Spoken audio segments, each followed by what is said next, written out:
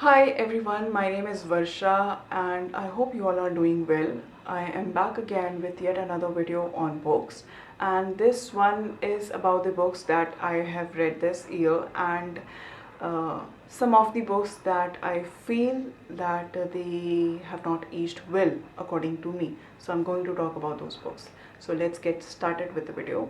The first book that I'm going to talk about is The Midnight Library by Matt Haig, and this one is based on a very unique concept of uh, where this protagonist takes her own life, and she's not happy in her life. She feels that she has disappointed everyone, like she has disappointed her family, her friends, her cat, and she gets to the point of taking her life, and she thinks that she is dead, but she's not.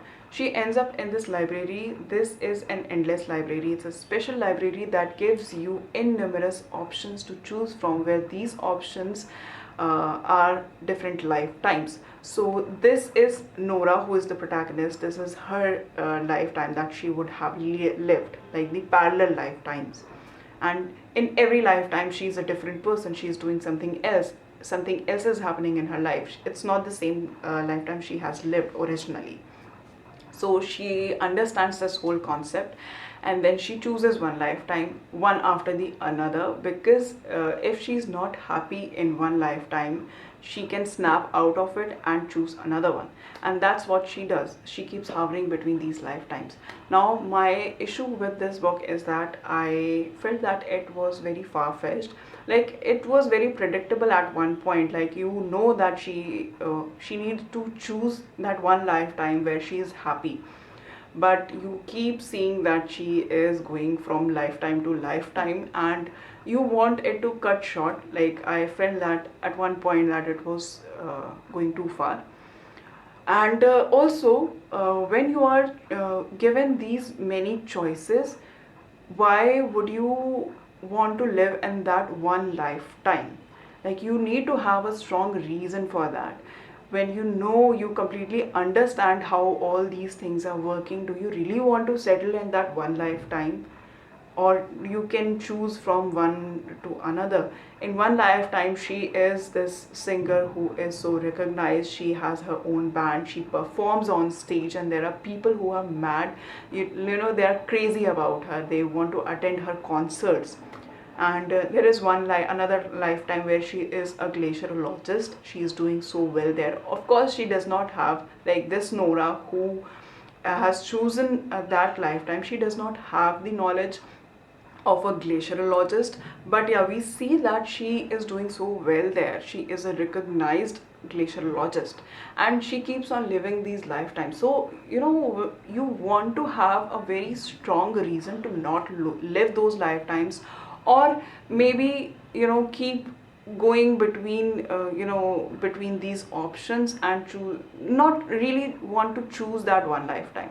But the author gives you reason to choose that one lifetime, where she chooses one and she lives there. And the reason was that she has indirectly impacted a kid's life who could have become a criminal. And she also found her reason. Like, she found a good husband, her own child, and she wanted to live in that life. Now, I'm not saying there is anything wrong with that reason, but I think the writing did not do the justification to these reasons. Like, I am I was not, these reasons were not very believable the way it was written in there, and I think it could have been written in a better way to convince you that yes, this is something that I really want. If you have read, if you will read that what lifetimes she has been through, you will understand my point, that why she chose this one. There has to be a strong reason for that, something that will convince you that yes, something that will want you to gravitate towards her. Yes, she has chosen the right option. Now, as I said, that this one was very predictable, and I wanted at one point to come to that point quickly, not really like keep stretching it that much. And I think for that reason, is something that I will not recommend anyone. At that time when I was reading, because I found the concept so interesting, I think I liked this book. But now when I think about it, I don't think it really left any impact on me. As I said, I don't think if I mentioned or not, but I think that it is kind of a self-help book in the form of a story. But I don't think that it does that kind of work that you need from a self-help book, or it really convinces you that what really the meaning of happiness is, why you should not take your own life, or it doesn't really do anything for the people who are depressed, who are on the verge of taking their own life. So I think there are other books, really great books out there that you can read instead of this one. And yeah, I don't think I'm going to recommend this book to anyone. So yeah, that was Midnight Library by Matt Haig. Now let's move on to the next one, which is Before the Coffee Gets Cold. Now this one is also based on this concept of time travel, and they have used this concept very interestingly, because first of all, I really like the small details that the author mentioned in this book. Like when you want to visit the past, you want to meet a person in the past, you can go back, and there is a full it's not like that you are not going to meet them. You are definitely going to meet that person. The only condition is that they should have visited the cafe previously. So that's the only thing that is required there. But if you want to go to the future, it's not really something that that the cafe can ensure, because in the future you cannot make sure that the person visits the cafe. And even if you do all the calculations and you make sure that the person is going to visit that cafe, you have a limited time. So you can be in that timeline when the coffee is not cold. So you have that limited time, and you cannot really make sure that you cannot ensure that that person will be there in that time. Anything can happen. There can be numerous possibility, like they get stuck in traffic, or any situation can come up that may not allow them to reach on time in that cafe, and you might lose your chance to meet that person. So I really like these small details there. My only issue is that it did not do anything to me, the whole story. There are 4 or 5 short stories based on this concept of time traveling, and it didn't really do anything to me. Like if I'm reading a novel, I will say that I like this novel for this and that reason, didn't like that novel for this and that reason, or I will have something to say about it, like the story was good, the writing was good, the writing was not good enough, or something like that. But with this novel, there is nothing like that. It's just something that you read. It's uh, it's something that you read and you just keep reading. It doesn't really leave any impact on you. It doesn't really make you feel anything. It's based on the concept of time travel, where they tell you that why actually people want to travel in the past or to the future, and they tell you that it's mostly about grief. But again, it doesn't really impact you in any way. Like you would feel like empathizing towards the characters. No, you don't feel like that. I didn't feel like that for any of the characters. I liked the story. Maybe it's the way it was written that even with such good stories, it didn't leave any impact on me. It's mostly about the dialogues between two peoples. But when you are reading a book that have dialogues, just the dialogues, uh, sometimes you come across sentences or lines that you would really want to underline. You would not want to note it down, to share it with someone, to show it to someone. There's nothing like that in this book. So it's not a good book. It's not a bad book. It's just a book, and it's a short book. And if you want to have a light read, and you do not have any expectations from the book, you do not want anything from the book, then I think you can read this one. But it's a book that I'm not going to recommend to anyone. Like I will not go out of my way to tell them, I've read this book and this is a really good one. But if someone comes to me, so my camera died, and I was talking about at that time about Before the Coffee Gets Cold, Tales from the Cafe, and I was saying that I will not recommend this one going out of my way to anyone, but if someone comes to me and asks me how this book is, I will probably say that they can give it a read, a quick read, because it's a very light book. So yeah, that was Before the Coffee Gets Cold, Tales from the Cafe. There are other books from this series, three more books, and they have similar kind of themes. But I'm not going to read all the rest of the three books. And yeah, that was Before the Coffee Gets Cold. The next and the last book is The Tattooist of Auschwitz, and this book is based on this guy who was sent to the concentration camp during World War. He is a Jewish, I think, and there are atrocities happening on the Jewish people. This is set around that time.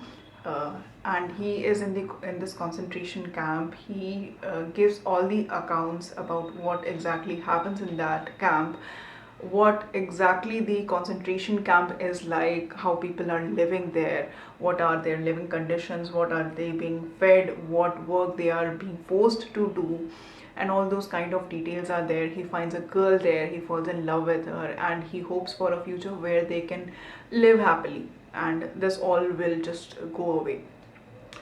The thing is that I have read other books that are based on this theme, like where the Jewish people have gone through such atrocities. One of the books I can remember right now is The Diary of a Young Girl by Anne Frank, and I recommend reading that book. I highly recommend reading that book. I absolutely, that book kind of made you feel that what really these people have gone through. It's kind of a diary where she has written everything over the period of 2 years, and in those 2 years she was into hiding. She was living in this very small space with her family and another family, and they were into hiding because they wanted to live. Anyone who was a who was a Jew, and there were people out there who were being killed because only for the reason that they were Jewish. So that gives you the whole detail of what really these people went through. From this book, I felt this did not do the justice. Apart from the characters, the main characters, Lail or Lale, I don't really know how to pronounce that name. But apart from him or his girlfriend, you feel, you empathize towards every other character in the book. So there is a description about the gas chambers. There is a part where the children were burned and the mothers were crying, women were burned. There is also a part, where you get to know that what they are being fed, they are not being given enough food. The food they are being served is not nutritious enough, and the work that they are doing, it's just they are destined to die because of that. So you see all those kind of details, and you feel sad for them, but not for these main characters. It's like it kind of felt like, I should not say this, but it kind of felt like that they had it easy, or maybe the way it was written is not something, it did not justify the situation they were in, or it did not justify the theme. I have also seen movie based on it. I have seen Unbroken, which is a true story about this guy who was captured by the Japanese, and he was tortured. He was also sent to this concentration camp. There were other people, and you see that what these people are going through, how they are being tortured. It's like, it's not just a physical torture, it's mental torture, it's an emotional torture. They want to break everything in you, like every last cell of you that has that emotion, that has that kind of that does not want to give up. They want each and every cell to just break down, and you feel sad about those characters. You really want to cry with them, but I did not feel that kind of thing in this book, and that's why I don't think I will recommend anyone reading this book. But Yeah, that was Tattooist of Auschwitz. But I highly recommend reading The Diary of a Young Girl by Anne Frank, and I also recommend watching the movie Unbroken, and that's based on true events. And there is a very famous scene of it. If you want to know about it, you can just search the block scene from the movie Unbroken on YouTube, and you will find that scene, and you will see that what exactly it is about. It's true, it's really a true event. And yeah, that was the video. If